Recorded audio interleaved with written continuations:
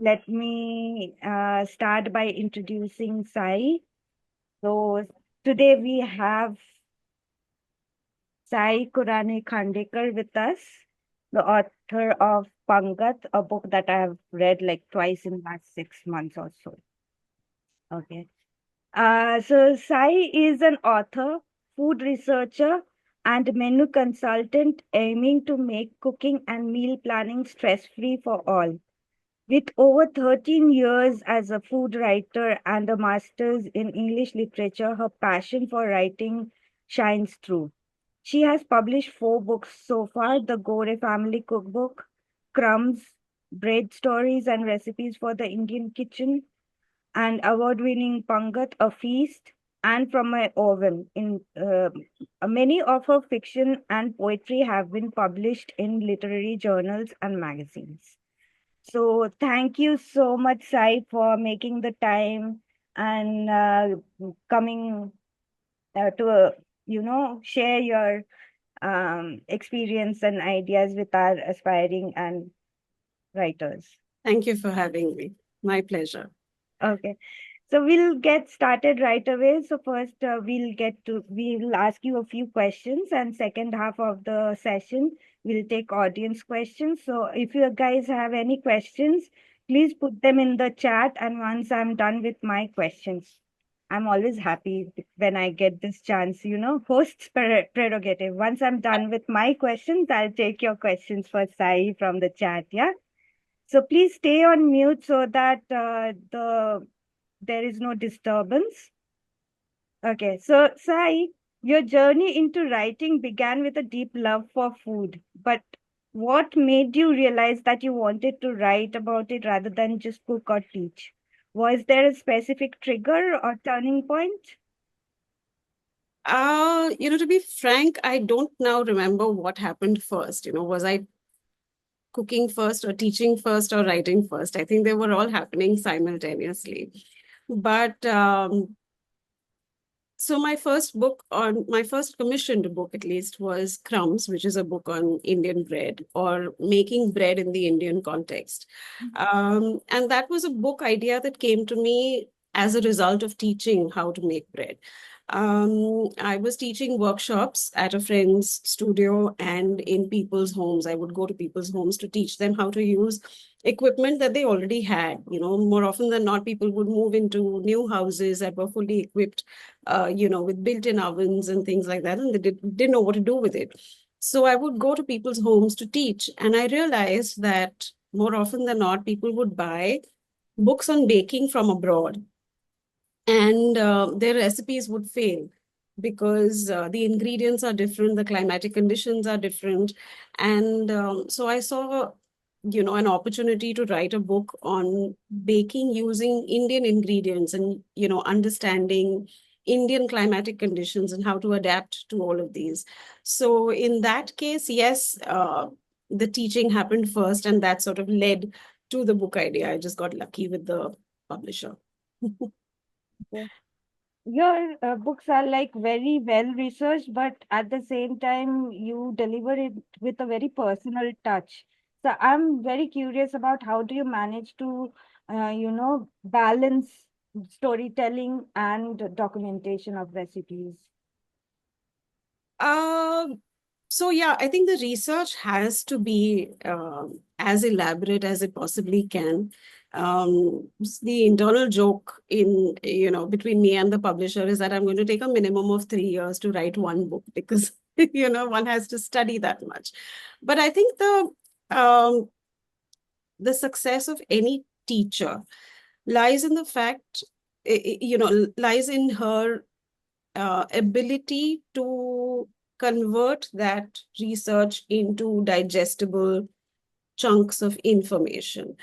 Um, I think that comes a little bit easily to me because of my background in instructional design. So one is used to, condensing information and making it relatable. That's one thing, but I love interacting with people. So it just becomes easier because when you're writing in my head, I'm writing a conversation, so it's just that much easier, I think. when you know that you're writing for somebody, when you know that you are able to foresee um, a problem that they might face in the kitchen. Yeah. So you said that Crumbs was your first commissioned book, but you had already published the Gore family cookbook before that, Yes. right? So for many writers, the first book is a mountain to climb. What was the process of writing and publishing your first book, and from ideation to holding the final copy in your hands? So it's very interesting. The Gore family cookbook actually was a privately published and circulated book. Our family was having this huge get together after many, many years. And since it's a family of foodies, we decided, it's the putting together a recipe book might be the best sort of souvenir for everyone to take back from the event. When I started writing the book, I was hugely pregnant with twins and I had nowhere else to go. I was, on bed rest. So all my research happened through phone calls, with relatives. I was also lucky that my grandmother and my great grandmother were very meticulous uh, journal keepers, so they would not just record recipes, but they would also record things like, okay, so I hosted a party for 10 people today and I made rice worth of half a kg and this much got used and this much was left over. So I had really detailed uh, recipes and information on how to keep the pantry and how to stock and things like that. um, writing that first book was entirely a passion project because it was my idea. I was sitting over there and putting together all of these recipes that I had grown up eating, from aunts and people who had married. And it was a very interesting project because this is a family with several multicultural marriages. So we had many cuisines coming into the family. And so it was a very interesting scope of study even for me. So that first book wasn't stressful at all. It was all joy. The first commissioned book seemed a little more serious because this is the book on bread that I was talking about earlier, Crumbs, because I'd gone and very confidently, pitched the idea to Hachette and they loved it. And I signed the contract and everything. And I got started fairly confidently because I have a background in bakery and confectionery. I'd studied bakery and confectionery. So I had my own journals from college to go back to and, look at the recipes and all of that. But at one point, I remember thinking that, what am I doing? I'm just writing another recipe book, and it doesn't make any sense. And then I sort of recalibrated the way I saw the book. And I wasn't sure if that is how the publisher would appreciate it. So I made a trip to Delhi and, I got my editor to join me over lunch. And I said, listen, I want to do a little more storytelling and not just do recipes in this book. And she seemed a little skeptical at first, but I'm so glad that she took that risk with me. And of course, I took much longer, again, 3 years almost, to write Crumbs, um, because I traveled and, I did all of the photography in the books, in Crumbs and in Pangat, is by me. So that travel and research and the interviews and all of that takes quite a while to, uh, put together. So Crumbs was a very, very, when I held the dummy in my hand for the first time, very exhilarating moment. Yeah, I was like, first, I didn't know that the Gore family cookbook was privately done. So then the contrast would have been quite different. The Yes. experience Yes. contrast would have been quite different. And did the traditional publishing have some surprises in stock for you? No, they were incredibly kind, actually. So no surprises there. No nasty ones, at least. Okay. And you just touched upon your, research. like for the Kore family, you had your mother's and grandmother's diaries, journals, and for this crumbs, you have traveled a lot. But I wanted to know about research a little bit more because, especially in your case, recipes, you were lucky that your mother and grandmother had detailed journals, but recipes are often just passed down orally or just while practicing teaching, and you don't have records for that. So, how then do you trace that history or story behind that? Um, so again, if I were to draw parallels between Crumbs and Pangat, they're both cookbooks.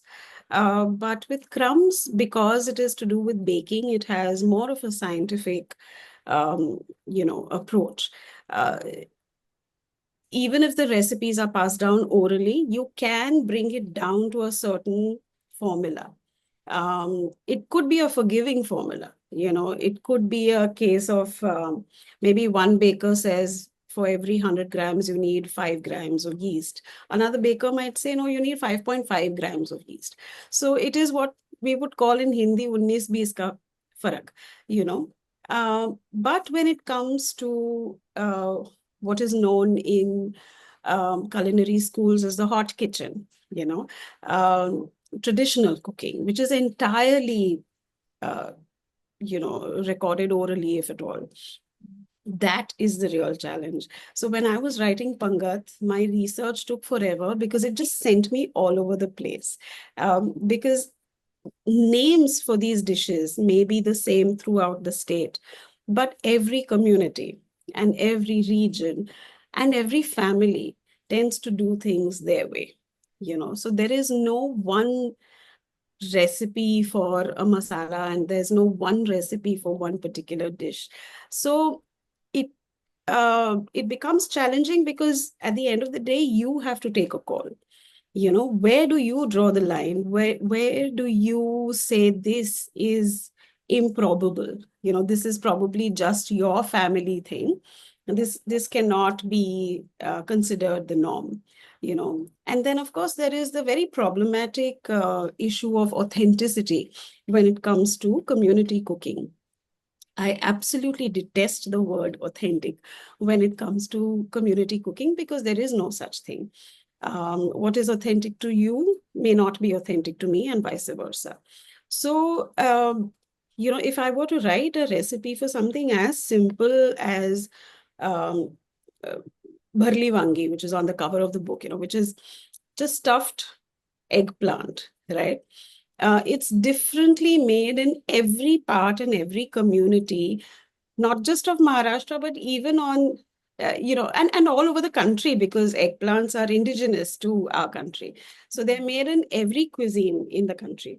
So, to bring that sort of variety into a cookbook and to say, okay, I don't have a recipe for an eggplant dish or a fish fry, but I have something of a formula, where I can say, okay, you take the same eggplants, but if you're making it coastal style, use a coconut-based masala. But if you're making it, plateau style, you would use peanuts. If you're making it the Bombay Agri style, you would use an Agri masala. If you're making it the Khandeshi style, you would use a smoky charred masala. So I think the responsibility of a cookbook writer, especially a community cookbook writer, is to display the possibilities. The fact that one ingredient has just so many branches and so many possibilities. To be able to show that, I think, is the real challenge, and that takes a lot of time. I'm already getting hungry. I don't know why. So, you have worn many hats, right? You're a home chef, obviously. You're a teacher. You're an author. You're a speaker. You have played so many roles. So, how do these roles influence your writing voice? Hmm. So, like I said earlier, I think because I've been a teacher and because I've been an instructional designer, uh, the writing voice, or rather the cookbook writer voice, comes from there, you know. It's easier when I know that I'm having a conversation with somebody who wants to resolve a particular issue in the kitchen. How do I make bread using chakki ka atta as opposed to, you know, fancy bread flour that some relative got for me from Canada? Mhm. You know, so that's a very real issue, and I know how to deal with it directly. But when I'm writing fiction or when I'm writing poetry, I try very hard and I go to very extreme lengths, I think, to avoid being influenced by anything. So if I'm writing fiction, I don't even log on to Netflix because I feel I'm just going to get too distracted and I'm going to get overwhelmed and I'm going to be influenced by, you know, what I'm watching. And this tends to happen, I think, to a lot of us who um, um, you know, connect very easily over language. So if I'm watching a British series, I know that my language is going to get influenced, you know, and I don't want it to get influenced when I'm writing. So then I just don't go that way. You know, I might read, you know, something because one can't not read, but one can stay away from Netflix, you know. So I very consciously stay away from watching entire series or, you know, even films when I'm writing something that I know has an end. You know, if I'm just writing for fun, essay, I know it's going to take me like 5 years to finish, then I'm not staying away from Netflix for that long. On that note, what are some of the books that you have read recently?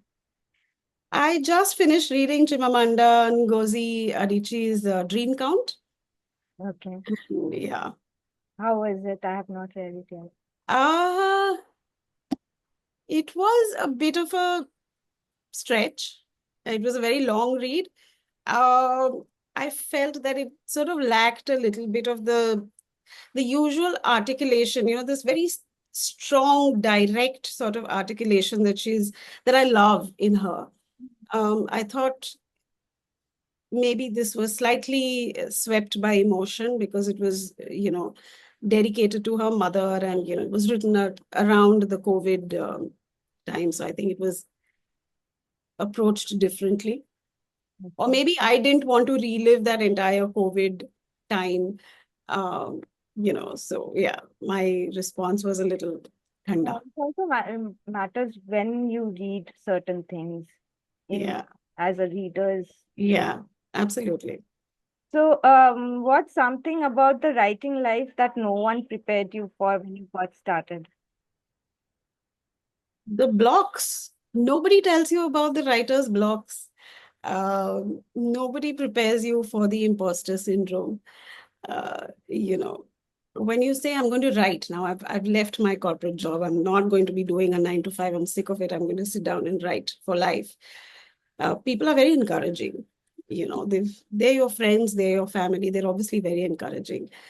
Um, but nobody tells you that there are going to be days when not a word comes to you. There are going to be days when you open your laptop and you stare at a blank page and you just shut it in frustration and you do the same thing again the next day. Um, yes, there are ways of working around it. I'm sure you deal with it in your sessions as well. But it's a very real issue, right?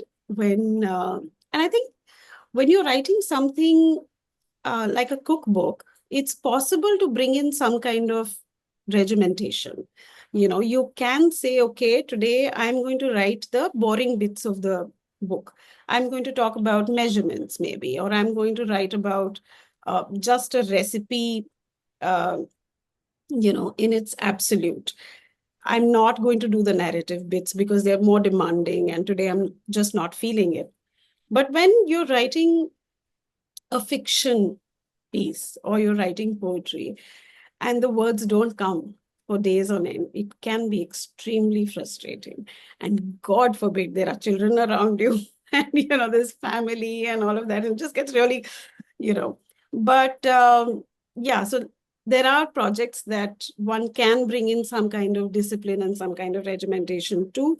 But there are projects when you just can't. And I think one just needs to take it in one stride and allow it to come on its own. And I'm saying this now, but I have my breakdowns.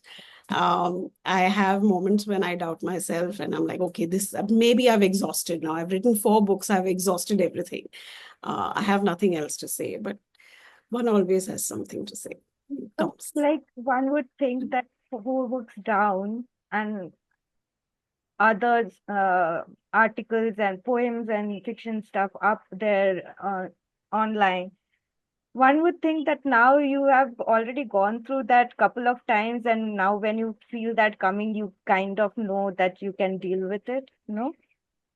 No, I think with every project, the challenges are as new as they are the same. So, So then how do you deal? How do you have some ways, like some things to that you fall back on when you have these hard days? yes. So when, like I said, if I'm writing a food related, piece, whether it's a book or an article, I try to bring in that regimentation. I try to put down points that I want to cover in that piece. And it may be a really shoddily written paragraph of, 250 words or whatever, but I will get it in. And maybe I'll refine it over the next few days. If I'm writing prose, but fiction, again, I like to employ some kind of, um, you know, uh, measures to combat that. So I'll give myself a writing exercise. I'll just throw a phrase at myself or a word at myself and try to, just get some words on the page. It doesn't have to make sense. It doesn't have to be beautiful at all. It doesn't have to be satisfactory.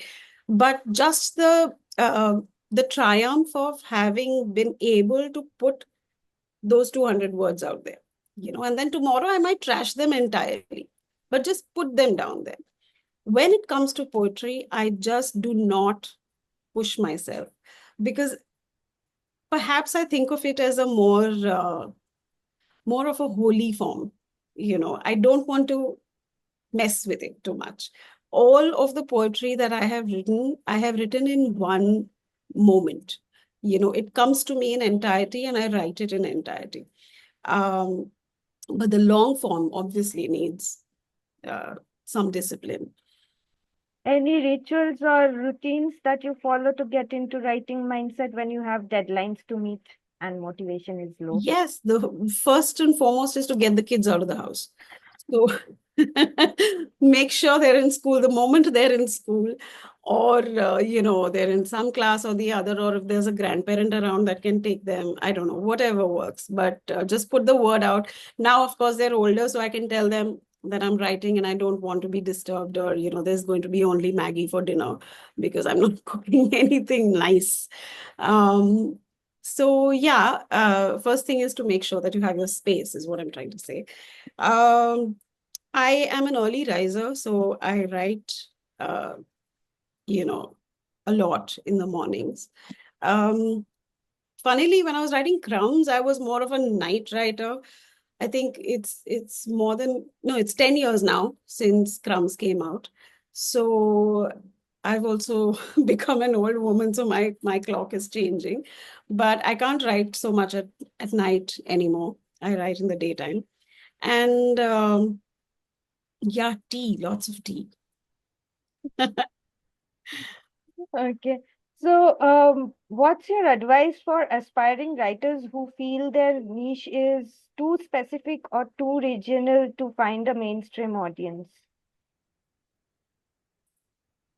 I think being, I think having a niche subject area is good. Why would you want to chase the mainstream? There's the mainstream is crowded. You will find your audience. Just write from the heart. As long as you're writing um, something that you're happy with, you will find an audience. And what's next for you as a writer? Any chance of full-length fiction novel? I don't know about a novel, but I'm writing fiction. Um, so yeah, fingers crossed. And there's of course another food project that one is working on. Okay. When can we see a new book? I'm still in the first of the 3 years that my editor gave me. So I'm still doing my studying and my scribbling. It's going to take a while. Okay. Right. But maybe some little bits here and there. There's some children's fiction in Oh, the works. So yeah.